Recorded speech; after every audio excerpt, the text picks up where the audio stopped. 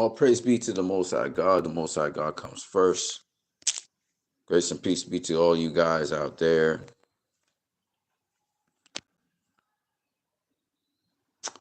This is a non-for-profit stream. What we're about to say and the contents of it are not for profit.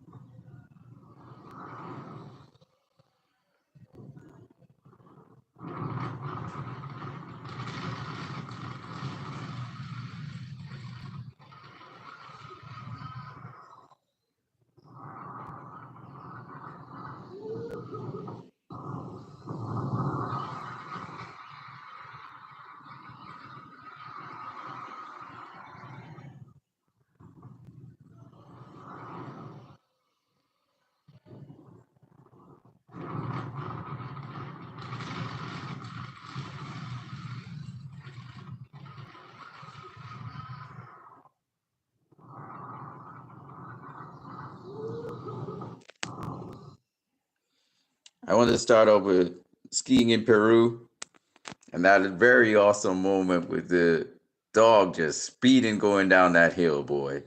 Just speeding going down that hill.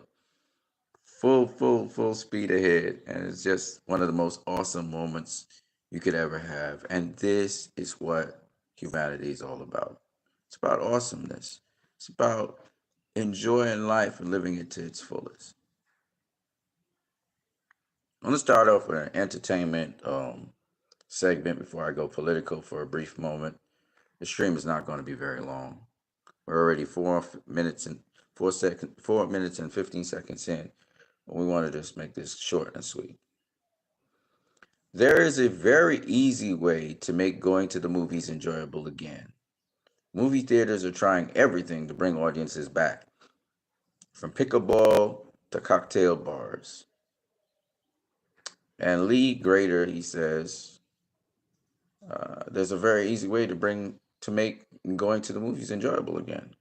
You know how? Make better movies. That's it.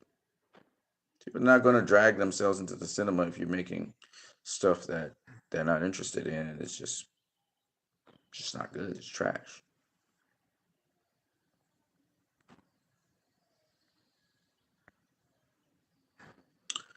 Jason Momoa and his mom are ready to block and roll this Mother's Day for Minecraft world premiere. They're at the world premiere of Minecraft. Of course, Warner Brothers is putting that out. Um, there are a lot of Minecraft fans out there. Maybe this movie does well. I hope so. Even though it's Warner Brothers, I do hope that this movie turns out to be excellent. And that's Jason Momoa, and that's his mom. His mom is white. His dad is native. I believe he's native of Hawaii tribe, and yeah, it's nice to see him with his mother. By the way, so happy for him and his mom. He's kind of trying to calm down his mother at this point in time. That's why he was kind of massaging her back. She must be very proud of her son.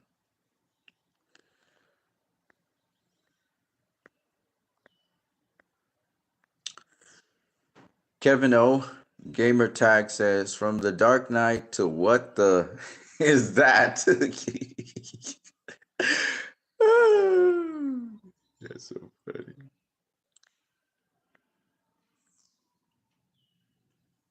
Professional artist N. Jameson did this for Empire Magazine, Restore the Snyderverse. I see Restore the Snyderverse is trending again on Twitter. That's so awesome. This is his artwork. We try to feature really fantastic fan artwork. And this was one that ended up in Empire Magazine. Um, brother, he was given this job to do, and he did a pretty good job. You can see all of Zack Snyder's movies that he's done.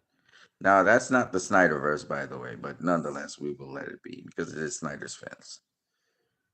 And you have everything. I don't think they have. The only thing they don't have here, I don't think, is Twilight of the Gods, which was really excellent as well.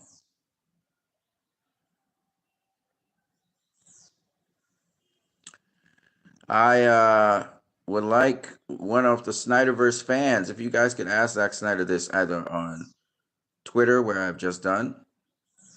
More of you that ask him this question, it's going to prompt him to want to answer it, right? Um, there's Vero. He's on Vero. I don't think he's on Instagram or any other social media.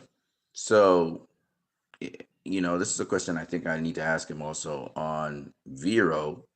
But the more of you that ask him the same question is the more likely he will answer you. Zack Snyder, you promised us you would explain this poster. At least give us a hint as to what it means. You guys can ask that question, circulate it around the Snyderverse fandom, and ask that question to Zack Snyder. Okay, Bobby Wu, he says it's baggy on Corn Soups too. It's also very thick material and it makes him look smaller than he is. It's just like Guardians of the Galaxy suit that were even bulky, baggy on David Batista. The Reeves suit is more how it should be. So, yeah, Robbie Wu just explaining the baggy look of the suit. And another thing, of course, is that the suit is literally what James Gunn does. This is the costume designing, so they wanted to capture what this looks like here, and so they did it with, and as you can see, it's the Guardians of the Galaxy suit. It's basically Guardians of the Galaxy suit. So he's pang on with that. So it is a little bit bulkier. But again, it's sort of trying to pattern after the Christopher Reeve style, sort of, kind of. I think Gunn was trying to do the Christopher Reeve style, slash over the uh, the New 52. I guess that's what he was trying to do, a crossover something. Yeah, still got the curl as well. So I think it's Christopher Reeve Superman that they're trying to pattern after. Warner Brothers is desperate to have on the screen for some reason. I also noticed it has a richer blue than Reeves Superman's blue. Maybe not. Maybe it's just the lighting there. I think it's the lighting, yeah. But yeah, they're going to try and bring back Christopher Reeve's Superman in some sort of way. So it is what it is. Uh-huh. And Corey McKee saying that Cavill's suit had far more effort and detail. It also didn't look cheap cosplay. Cavill suit was epic, full of detail, and was a work of art thanks to the legend Michael Wilkinson. And I know it seems a petty thing for me to be going into suits, but I really, really, really like Cavill's suit. Just the amount of love and dedication and just the craftsmanship of it to put it together. I really, really love that suit. So, um, just a little bit here for me to read for you guys. It's interesting, Michael Wilson saying, thinking about the journey Superman's costume took. It has appeared in 3 films now. In the first one, Man of Steel, the costume was actually started off by amazing costume designer Jim Atkinson. I took over on that film and developed some of the details further. When we got to Batman v Superman, we were able to streamline and tweak the details to get a third chance to work on the costume in Justice League was a dream come true. In Batman v Superman, the colors were quite muted. We decided to make the colors more saturated in Justice League. Zack Snyder had the fantastic idea of incorporating some Kryptonian scripts through the suit. We weaved some Kryptonian language through the S, across the bicep, through the belt, and cuff details. So they add that extra layer of meaning and detail for the audience. We developed an extremely beautiful metallic chrome undersuit for Henry Cavill. He wears a slightly bolder blue than the last film, so he jumps off the screen in such a heroic way. Since the first film, we found fabrics that are even more sheer and beautiful and luscious, but they also are super strong and they don't fall apart when they're stretched tightly over Henry's body. So all of those little tiny tweaks add up to a bigger, stronger costume. And that's Michael there. Okay, so a film, takes so much effort from so many different people. It's coordinated by a director. Uh, takes so much funding. It's not just, when a film comes out, it's not just, the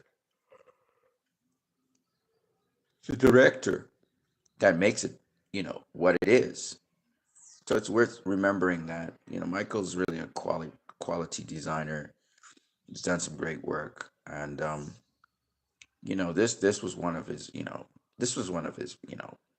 pinnacle works in my opinion. Um, so I just wanted to share that with you guys before I move on. Okay, it's past 10 minutes. I have to kind of wrap this up, but let me just go into some very quick geopolitics. China blocks BlackRock from buying a strategic port in Panama from its current Hong Kong-based owner.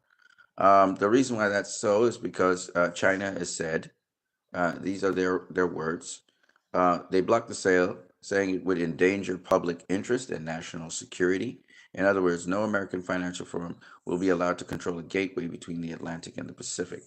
BlackRock isn't just any investment firm, it's a 10 trillion behemoth with deep ties to the U.S. State Department, Pentagon, and Federal Reserve, a track record of extractive capitalism, housing, land, energy, war, profiteering, access to sensitive data across sectors and countries, a role in managing U.S. sanctions and defense portfolios. Panama is a geopolitical choke point. The Panama Canal sees over 5% of global maritime trade. Control of its ports equals leverage over global supply chains. In the era of multipolarity, Beijing is drawing red lines. No foreign financial hegemony over strategic infrastructure. So the Chinese are not giving that up. BlackRock wanted to own the gates to a global shipping artery.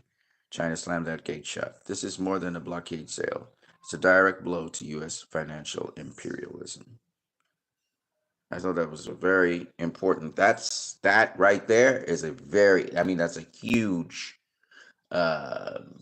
that's a huge thing that's going on there because, um, you know, China controls that, and people usually say, you can't go against American hegemony. Most nations will back down. China has not, and I don't think it'll ever will. And then this is a strategic point because this is an economic point. So that is a very interesting thing. Okay, let's continue here with something else I saw somewhere.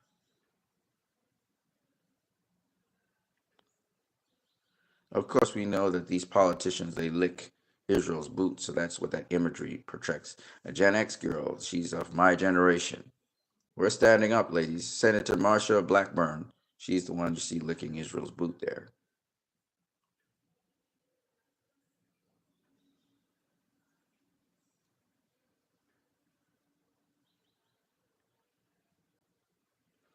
Dennis says, I keep hearing behind the scenes that Republicans are not happy with Trump. Well, I have news for them. If you aren't brave enough to say it in public, then all your behind the scenes doesn't mean squat.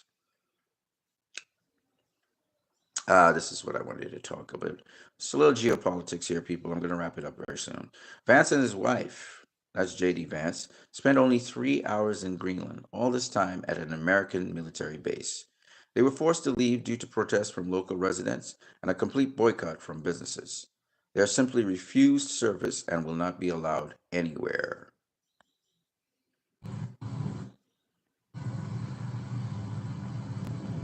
In other words, Greenland rejected them.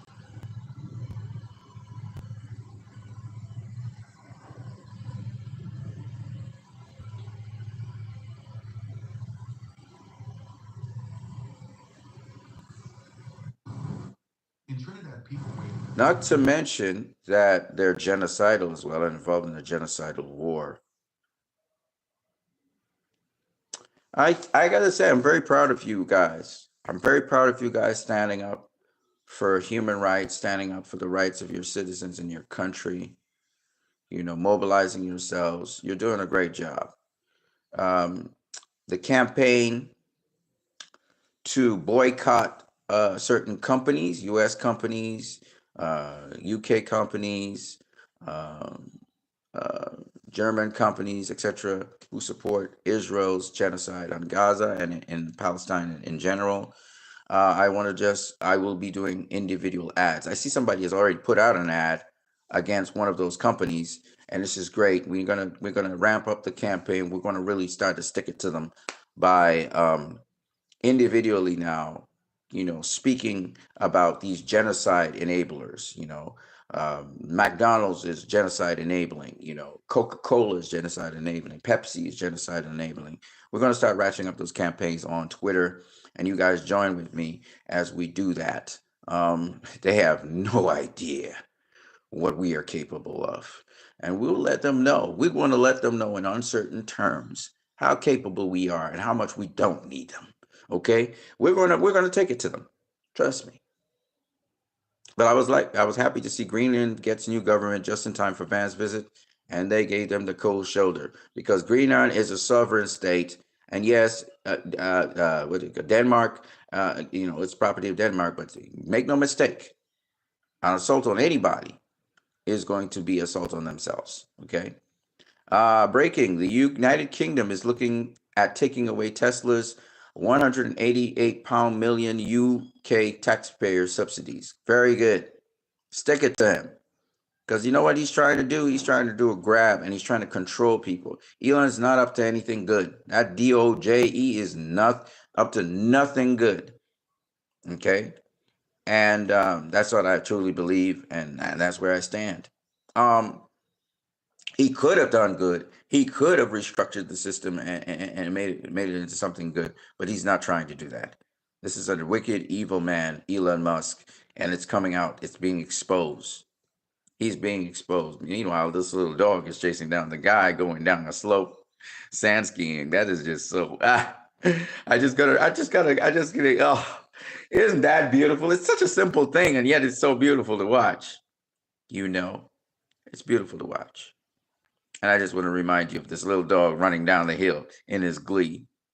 Can you see the Palestinians living life not exactly like this, but in their own lands, the kids playing and running around, just having a ball, and Israeli kids playing along with them. No longer call Israel everybody's Palestinian, Jews, everybody's Palestinian, and just having a good old time. That day will come. That day will come. It won't last, but it will come. And I want you guys to savor that moment. I want you guys to savor humanity as the Most High wanted it.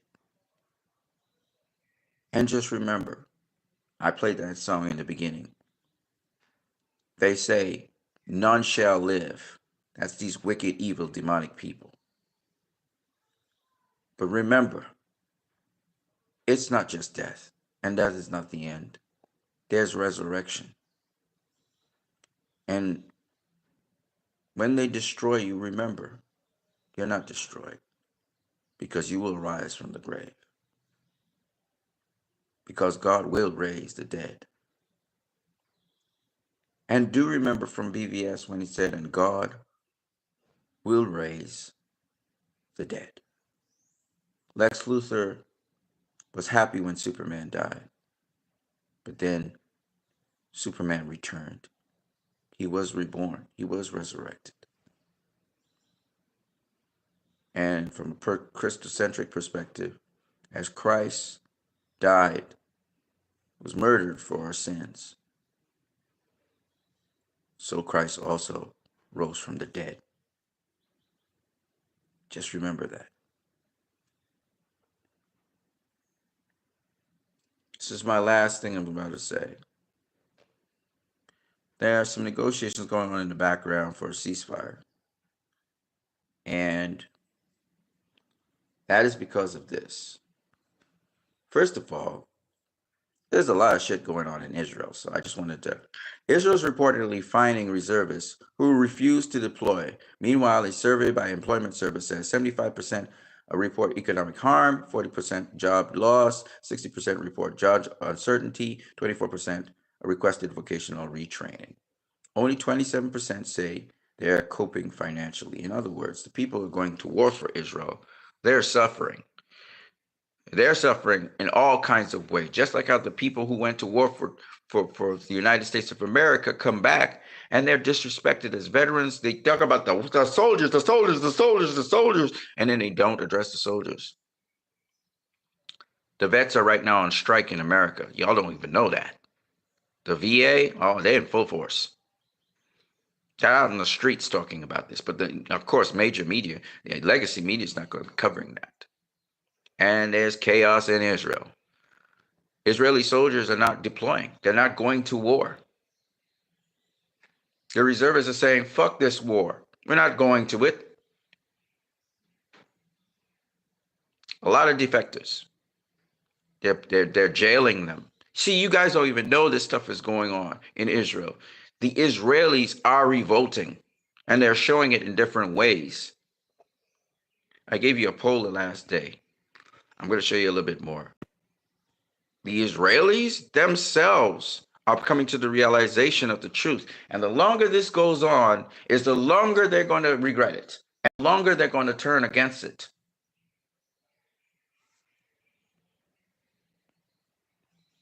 And trust me, it's going to keep on going on. Why the UAE is working to thwart Arab unity on Gaza.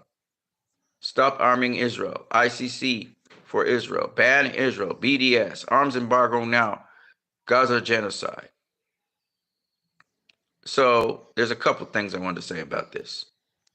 The UAE, United Arab Emirates, has been trying to undermine and see the acceleration of the Gaza genocide because they have they invest in Israel's war machine. That is why, and they're profiting off of it. So, yeah, they're one of the traitors. They're one of the Judases inside of the Middle East. Very much close ties to America.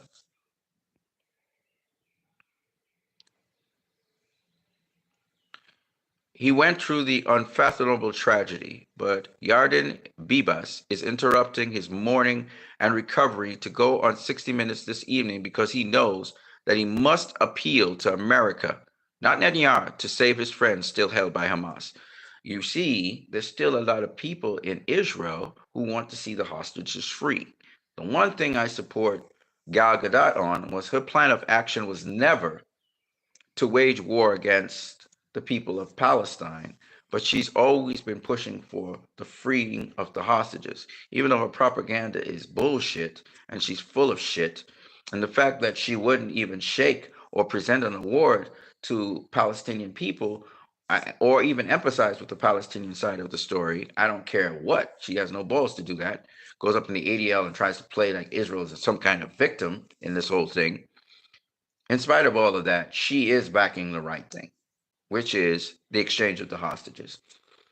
The solution to this problem: exchange all the hostages, either give Palestine its sovereignty or change Israel as a state and how it conducts its affairs so that everybody can just call back Israel Palestine. Just call it back Palestine. Fuck it. Because the Palestine initiative, this experiment failed. And just let everybody mix together. And yes, there's going to be a lot of violent, racist things that will happen in Israel. No doubt about that. But it's better to have a melting pot of people together and just call the fucking thing Palestine and end the story. And have a democratic government. You know, have everybody go up there, the different candidates. Hamas repackages itself as something else. And those people go up and they have elections. You know? Get the fuck out of Lebanon. Get the fuck out of Syria. Get the fuck out of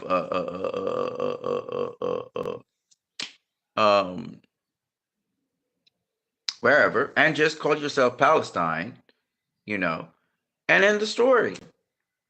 You know, there'll be a radical change in mindsets because I'm pretty sure there's going to be some clashes, and there may be an attempted civil war. All kinds of things might happen, but at the end of the day, the people who want to live in peace are going to live in peace. It's not going to be easy. I don't think it's going to be easy, but the fact that Palestinians will get access to almost anything, they have to get they got to get money back for the damages and stuff. That people will be free to come back to Palestine, see it, maybe get citizenship, whatever. Is going to be radical for a lot of people. But at the end of the day, and some will like leave Palestine and all that. But at the end of the day, it needs to be Palestine again. I'll be honest with you. This Israel thing, it's not working. And to show you that, you see how many Israelis are not happy with the situation. Their freedoms, the freedoms they used to have, they've lost most of them. The draconian government is treating them just like a lot of Israelis are being treated like Palestinians. You open your mouth and you say anything pro Palestine about the Palestinian people, and they're ready to lynch you. They're ready to imprison you. They're going to beat you up. So if you can't even speak freely on that issue inside of Israel, where are your freedoms? So, you know, it's a police state. It's not what it was before. And the Israelis are striking back. I'm going to show you a couple more. What's it call it? Twitter tried to stop this post actually from circulating. I'm going to show you something because they're smothering and suppressing Israelis even more than they're smothering and suppressing Palestinians. And that is why people feel the majority of Israelis, and I told you a significant number, I think there are more actually that don't want this war, don't like what's happening. And even the Israelis now, they've come to realize the reality of the situation, because this stuff has been all over Twitter and it's in their face. It's so in your face now. You can't go anywhere without seeing it, that they have to now adjust to this reality. It's a reality check for a lot of them. And, you know, Israel's worse than Germany in terms of controlling the information that goes out there and what people say. Germany's very extreme in it right now as well. But, you know, the people, you squeeze a lemon, what's going to come out? Lemon juice. Well, you're squeezing the people. They're going to, their blood is going to boil, and they're going to call for your blood eventually, and they're going to come at you, and they don't care if they die or whatever happens to them. They're going to come at you. And this is happening now. And, I'm going to show you a little bit of that right now if I can.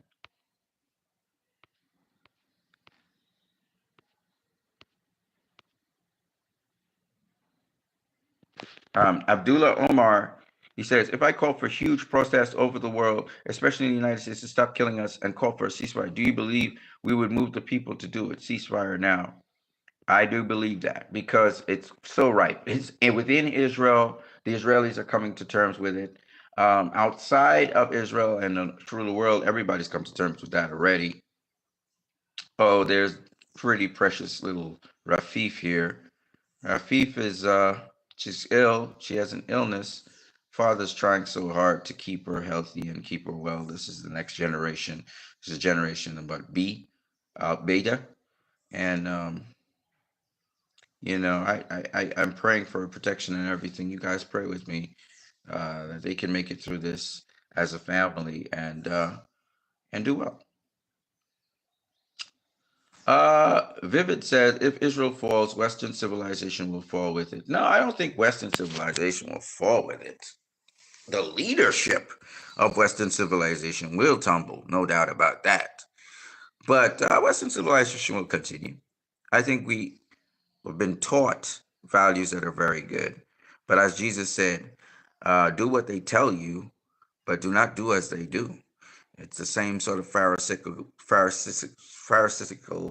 uh, hypocritical system. You know, the people don't, the leaders don't do what they want the people to do. You know, when you're great at the expense of others, you're in fact not great. You're a parasite. I realize you don't understand this because you enjoy the fruits. When you enjoy the fruits, you couldn't care less where they come from. This is some guy saying America's the greatest country on earth. Okay, it's just one more thing I want to show you guys, and then I'm gone. Let me see if I can find it.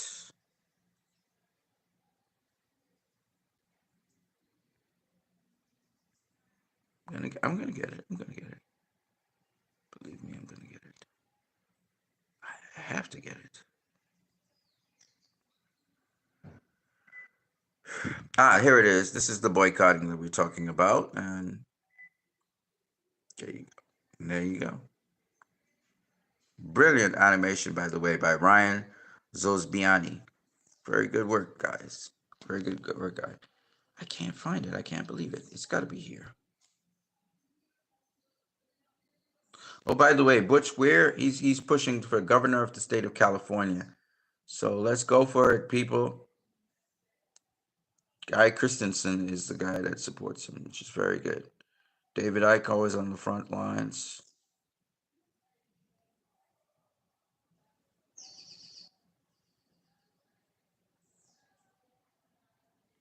I can't find it. Oh, in summary, they're right now protesting. Israelis are protesting two things. One, they're protesting, literally protesting the killing and genocide that's going on in Gaza. They're literally protesting that. And two, they're also protesting the fact that the consequences of that is the death of the hostages that are already there, that are still there. So they're protesting those two things in tandem for the first time. I've seen them actually showing empathy. And these people who are protesting, it's a defected Israeli soldier, a guy who's left the IDF and he was put in prison for it. Itmar, I forgot what the rest of his name is. He's pushing for this, and he also pushes back on Netanyahu every chance he gets.